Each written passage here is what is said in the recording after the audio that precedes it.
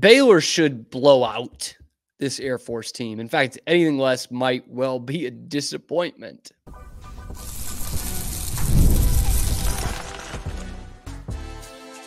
You are Locked On Baylor, your daily podcast on the Baylor Bears. Part of the Locked On Podcast Network, your team every day. Welcome to another episode of Locked On Baylor, brought to you by FanDuel. Thank you so much for making it your first listen today and every day. It's part of the Locked On Podcast Network, which of course is your team every day. And we appreciate you joining us on a Thursday and any other day you're joining us, to be quite honest. I'm Cam Stewart, your host from ESPN Central Texas and the Cam Show on Rogue Media Sports Network.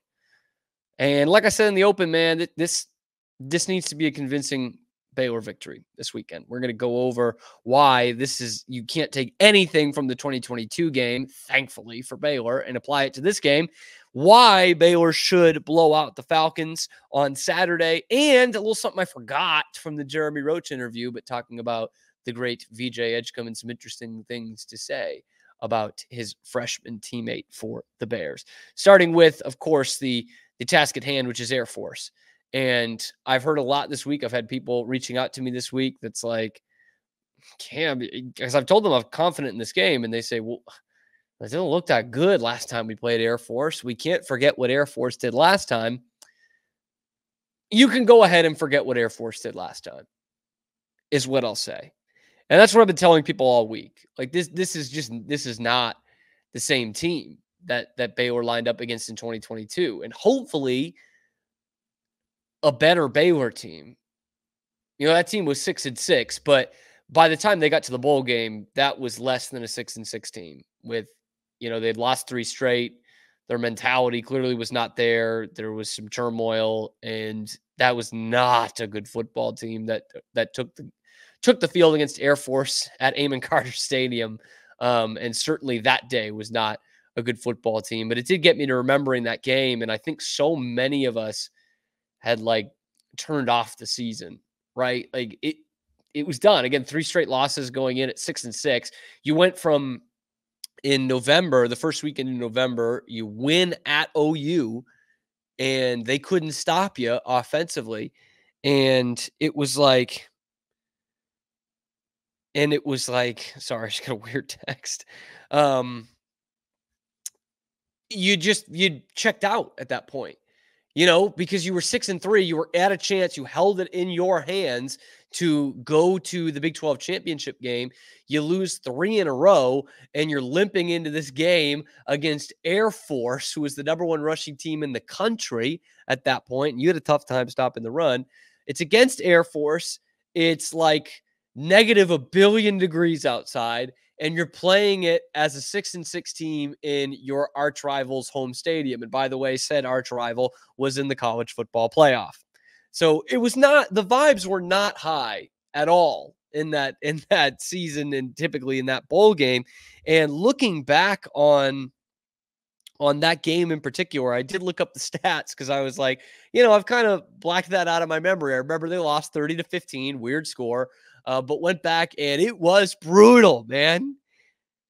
In fact, if you want to look at the last time Baylor had less than 250 yards of total offense before the game last Saturday against Utah, you got to go back to December 22nd of 2022 when they played Air Force.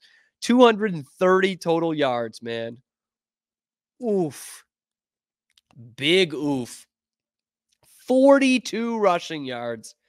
42. Man, that's brutal. He outpassed Air Force by 85, but the Air Force has 379 yards, 276 on the ground, over 5 yards of play, 20-11 in first downs. And how about this? This is where the game truly was lost. Not only could you not run the football, but third down. Air Force was 8 of 16. 50% is pretty darn good in a bowl game going against the Big 12 team. Baylor was 0 of 11. 0 of 11.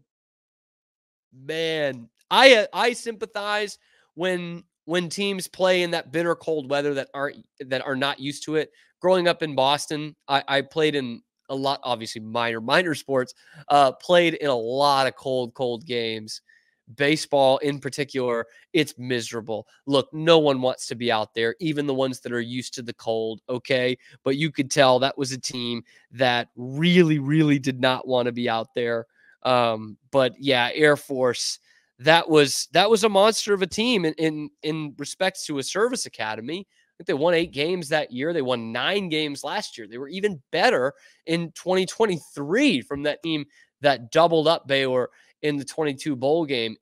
That team was just a mess at that point in the season. I know there were some guys suspended for that bowl game, some guys who opted out of the bowl game, obviously, as you see every time now. But it was the end of a season where the confidence was just shot. And we talk about how bad last year was and kind of the negative vibes that really built up into this season. It felt like it started that night against Air Force.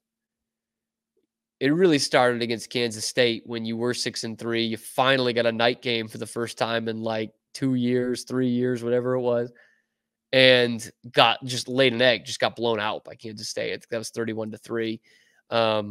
And then the heartbreak against TCU, and then losing to UT on the road, and then this catastrophe. And it was like all of a sudden, people outside of this Baylor program were talking about Dave Aranda and his job security. So it's a team that went to the Sugar Bowl the year before, won the Sugar Bowl, won the Big 12, was the preseason number 10 team in the nation, and just finished at 6-7. And then people started to look at, the year before they won the Sugar Bowl, they were 2-7. And then, you're trying so hard to hype up this offseason afterwards because they had 8 home games and they lose the first one to Texas State. And it's like, oh boy, here we go, hot seat. And that's it. It kind of started under the microscope with this Air Force game in 2022. Thankfully for Baylor fans. I don't know if this Baylor team is as good as that one yet, but thankfully for Baylor fans, this is not 2022 Air Force. You can't, just like that Utah game last week, you couldn't take anything from last year's matchup. You can't take anything from that 2022 matchup in terms of these two teams. There's obviously not a lot of starters for Baylor that are left from 2 years ago. I mean, Matt Jones, Carmen Randolph got playing time, obviously, but there's not many. There's not many you can pull from that. Kelsey Johnson played some on both teams. Air Force lost even more. In fact, we're going to talk about that here in this next segment of what Air Force lost and what kind of team this is. I'm telling you, it's not like the 2022 team, but what is this team like going into this matchup on Saturday? Today's episode of Locked On Baylor is brought to you by Factor Meals. We want you to meet your wellness goals thanks to the menu of chef-crafted meals with options like Calorie Smart, Protein Plus, Keto, all of it with Factor. With 35 different meals and more than 60 add-ons to choose from each week, you'll always have new flavors to explore. Make your day delicious, man. From breakfast to lunch, dinner, dessert, midnight snack, all of it, Factor has got you covered. Treat yourself to restaurant-quality meals and keep the kitchen time to a minimum. They're ready in 2 minutes. No shopping, prepping, cooking, or cleaning up. Head to factormeals.com/LockedOnCollege50 and use the code LockedOnCollege50 to get 50% off your first box plus 20% off your next month. That's code LockedOnCollege50 at factormeals.com/LockedOnCollege50 to get, you guessed it, 50% off your first box plus 20% off your next month while your subscription is active. Today's episode is also brought to you by our friends over at FanDuel. You've heard me talk about FanDuel a lot. You might also know it as America's #1 sports book. We have something a little different for you, okay? Because now through September 22nd, it's about 10 days here. Yeah, there we go. All FanDuel customers can bet $5 and get a free 3-week trial of NFL Sunday Ticket from YouTube and YouTube TV. Then, with a YouTube TV base plan, you're going to be able to watch every regular season Sunday afternoon out-of-market game. All you need is a Google account, a current form of payment, and you can cancel anytime. And if that's not enough, be sure to check out FanDuel's Profit Boost in the app and use it for FanDuel's double your winnings for all of Sunday, 9/15. That's this Sunday, pregame moneyline bets. Profit Boost will be live starting Thursday. That's today, September 12th. FanDuel.com. That's where you go to download America's #1 sportsbook.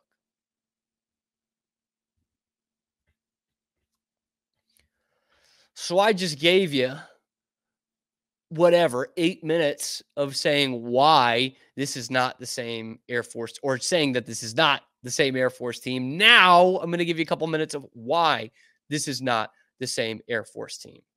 They're 1-1. They lost week 1 to Merrimack College. Okay, like the video and comment if you've ever heard of Merrimack College, or if your best friend from high school went to Merrimack College. I guess I'll like the video. Yeah, it's in North Andover, Massachusetts. They're not known for playing big-time college football up there, except for BC, which is very much back. Anyway, they won 21-6 against Merrimack, one of the first teams that's used in the Key and Peele East-West Bowl skit. Okay, that shows you the prestige of the Merrimack College Warriors. Okay, so they beat them by barely 2 touchdowns, and then they lose to San Jose State at home. They lost to a not good San Jose State team, one that's in year 1 under Ken Niumatalolo, who's been run out of a couple different places. That's not a great team in San Jose State that came in and just kind of walked them. What was it? I think it was 17-7. So that Air Force defense is there, by the way, against 2 bad teams, but they've only given up 23 total points the whole season of 2 games. So boy, does Baylor have its work cut out for them again offensively. Neither of those teams that Air Force has faced can pass the football. Jury's still out on whether Baylor can. They certainly have the weapons to, but let's see if they can. But the scary part for Air Force fans is the offensive side of the ball. These service academies, they all run the triple option. None of the 3 of them are ever scary teams offensively. Not since Roger Staubach left Navy 60 years ago. They're not like a put up 40 points kind of offense. At their best, they are ones that can control the line of scrimmage and control the time of possession. This is not at their best. This is really not. In fact, I just mentioned it, 21 points and then 7 points. And the stats against San Jose State, because that's the one I'm going to use, FBS team, they're brutal. They're absolutely brutal, man. Their quarterback, you thought 9-21 was bad from DeQuan Finn. This guy, Busha, I think it's Busha for Air Force, 7 of 20, 35%. For 54 yards. 7 completions for 54 yards. Man, that's that's terrible. 2.7 yards an attempt. Oh man, that's really not good. If you need me to explain that as the football expert, I will. 7 of 20 is not good. You thought 9 of 21 was bad. This is even worse. But Cam, come on, give them some credit. Air Force is not a passing team. No, they are not. And they are not any kind of offense, to be totally honest with you guys. They didn't do really any of it well, passing or running the ball. They only ran it for, let's see, because I just had it. They ran for 143 yards. Not horrid, but a little less than pedestrian. Okay, they ran it for 3 yards a carry the whole game. They were awesome against the run. They held San Jose State to just 50, and that's 1.5 yards per carry that the Spartans had the whole time. But it's not much better when you're only running for 3 yards in a cloud of dust, quite literally, and plenty of clouds of dust. They threw 2 picks as well, and they were held to, if you did the math there, just 197 total yards. 223 total yards against Utah is not good. Less than 200 yards of total offense against San Jose State is downright bad. Like really bad. And the other thing that Air Force that I kind of alluded to that they're very good at, and any of these service academies when they're good, is they keep the ball out of your hands. Right? Like that's the big thing. And that's what we have seen from these service academy teams in the past. They can't do that. This Air Force team, they can't do that. They lost the time of possession battle in basically the same amount of drives. Now, it was tight. San Jose State for 30 and a half minutes and Air Force for 29.5 minutes. So it's pretty tight in that sense. But if Air Force is going to be any kind of intimidating, they have to be holding the ball on you. In fact, if you go back to that bowl game in 2022, so I'm talking about Air Force near their best, they held the ball for 40 minutes of that game. They had it for 2/3 of the game. And you saw the 8-16 on third down. Baylor couldn't get them off the field. They should have no problem getting this team off the field. In fact, the way I'm looking at this, and look, no disrespect to our great men and women of the service academies. They're going to do a great job protecting our butts once they're done with school. But in terms of this football game, I kind of have to look at it like an FCS opponent. That's how they've played so far. They had to pull away with a couple touchdowns in the fourth quarter to beat an FCS team 2 weeks ago. An FCS team that is not nearly as good as Tarleton, even without Tarleton starting quarterback. So, yeah, the way I'm looking at this is Baylor versus an FCS team. I wish I didn't have to say that. I wish Air Force was better, but they're not. So that in that case, Baylor needs to use this to their advantage. Okay. In fact, if it's the way I'm laying it out, it's almost a perfect schedule for this first month, which is something I'm going to talk about, I think, a little bit more tomorrow. But you open with an FCS team, good FCS team, that's a little shorthanded. You beat the crud out of them. Perfect. Then you get your biggest test of the year, arguably. You go on the road, basically a conference game at Utah, number 11 team in the country. Didn't go your way. But hopefully you've learned some things, because then you've got essentially another FCS team in terms of quality, but in name, very much an FBS team. It's been pretty successful the last few years. And then you hopefully pad some stats, figure some things out in a good way, and you see it play out on the field. And then you go and you play Colorado and BYU, which are two of the teams that were actually picked around you / worse than you in this conference. And one of them's at home. So I think you're in a good position after a disastrous last Saturday to still be 4-1 by the end of this month. That's very much on the table. And it needs to start this week, obviously. But you look at this Air Force team, it's just, I've said it before, it's not your slightly older brother's Air Force. They return the least amount of production of any FBS team in the country.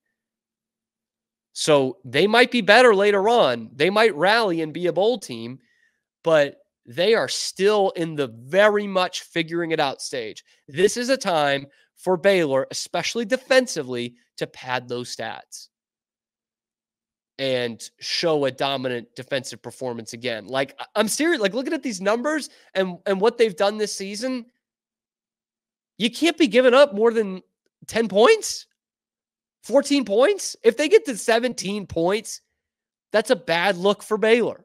And that's a high standard we're keeping here, but that is the kind of offense we're seeing on the other side. This is for defensive Dave to absolutely let it loose and keep them under 10, under 7, under 3. It's all on the table. So you never want to take your opponent too much for granted, but you should prepare for this mentality-wise the same way you prepared for Tarleton. But then again, if you can't stop the run, this is going to be a long day. Fortunately, I think Baylor can stop the run. And, Cooper Lands might not be in there. He suffered an injury on Saturday. I think there could be a precautionary case where you keep him out of there.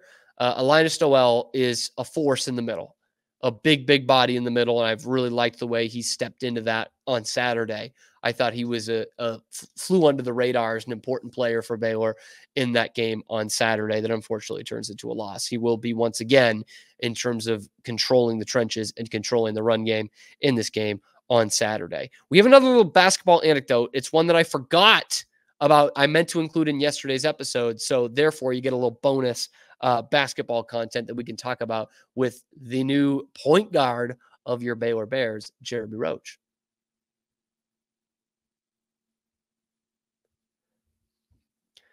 But first, I got to tell you about LinkedIn, Guys, LinkedIn, this is the #1 job board. It's not like any of the other ones, okay? LinkedIn helps you hire professionals you can't find anywhere else, even those who aren't even actively looking for a job, but are perfect for your role. Because in any given month, over 70% of LinkedIn users do not visit any other leading job sites, okay? So if you're not looking there, you're looking in the wrong spot. And on LinkedIn, 86% of small businesses get a qualified candidate within 24 hours. So post your job for free at linkedin.com/lockedoncollege. That's linkedin.com/lockedoncollege to post your job for free. Terms and conditions do apply.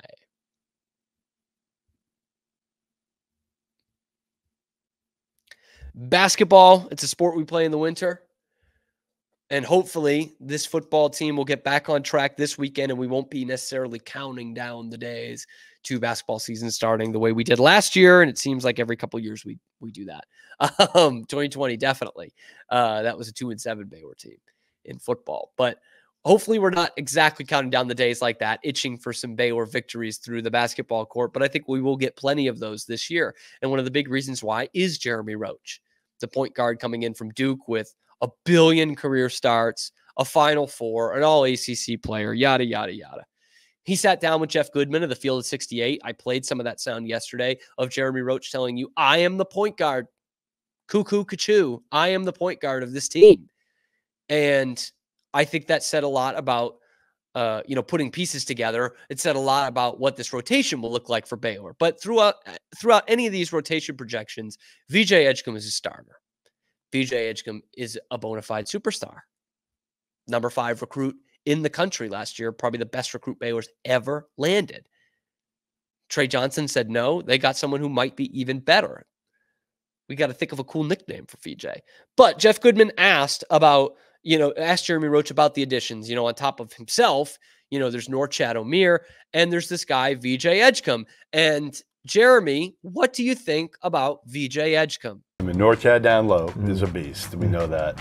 And VJ, on the wing is just, his talent is crazy. Ridiculous. Yes. I mean, you played with a lot of really, really, really good players. Yeah, for sure. How does he compare first? Definitely top 5, top 3 freshman. I've been definitely the most athletic freshman I've been around by far. It's not even close. But a lot of 5-stars are got a big ego and all that stuff. She did stuff on the mock draft, top 10, top 5, whatever the case may be. But VJ's just all about the work and just all about just how can I win. I was listening to y'all's interview a little bit, and he's just all about winning. It's not just for the camera. It's actually what he does on the floor and his product and his effort. I mean, it's always there. His production, his effort's always there. Yes, keep bringing me the VJ propaganda. I'm here for it. I am so here for it. I was obviously, if you listen to the show every day, I would appreciate you everydayers. You'll know how much I was into it in the summer when VJ was in Olympic qualifying for the Bahamas. And I'm like, man, this dude's doing it against NBA guys. With and against NBA guys. This kid's going to be an absolute stud. And you heard Jeremy Roach say it there. By the way, Jeremy Roach has played amongst some really talented freshmen. So for him to say top 3, top 5 that I've seen or played with, the dude played at Duke. They have impact freshmen every year, 5-star guys, every single year. And he's like, this is the dude. Most athletic I've played with for sure. Duke can get some freak athletes. And VJ said no to Duke. He's like, I'm gonna go to Baylor. I'm gonna win something. I'm gonna go to Baylor and play for a better program. Let that one marinate a little bit. But I love that his teammates are saying, not just saying, yeah, he's a good player, we're excited to have him, but man, I thought he was good. He's even better than I thought. And I love the latter half of that answer too. Because it's something we hear about VJ all the time, is that the dude wants to win. The guy just wants to win basketball games. We heard about Jacoby Walter too. And what Roach admits there is he's basically saying, without saying, I know you guys hear that a lot, but it's right. He's not doing it for the cameras. He's in there with us in the trenches every day, working his butt off to try and become a better player and a better team player. And what this guy cares about is not the All-American, not the lottery pick. in the NBA draft. He wants to win the whole damn thing. And we want to see him win the whole damn thing, because that would be really fun. It was really fun last time to get one of these behind me again, a national championship. I think this team is good enough, by the way. As we sit here in September, where all national championships are won, I think this team is good enough. I'm not saying they're going to win the whole thing. Not as confident as I was going into the 2021 season, because we all knew that was going to be an absolute buzzsaw of a team, and that anything less than a Final Four might have been a disappointment. But the makeup of this team, they are not going to want for talent. I will say that. They will have the talent to go to the Final Four. And VJ Edgecombe will be a huge reason why, and so will Jeremy Roach. Let me know what you guys think about that down in the comments below. But more importantly, what do you think about this Air Force game coming up? Am I underrating them? Am I disrespecting the best and brightest our country has to offer? At least disrespecting them on the football field. Drop that down in the comments below or tweet at us at LockedOnBaylor. Be sure to like and subscribe. Ring that notification bell to get notified every time we're dropping an episode here on YouTube or wherever you get your podcasts, because they're all free and available there. We're the only place that is giving you free Baylor exclusive content every day that ain't coming straight from Baylor. And we're really proud of that. But yeah, be sure to like and subscribe. Drop a comment down in the comment section. Let me know what you thought about that Beatles reference earlier, because no one really answered me on what their favorite Beatles song was. Like, I got like one answer there. So if you're so inclined, you can drop that down there too. Or you can let me know before tomorrow when we will drop another episode of your favorite show, Locked on Baylor.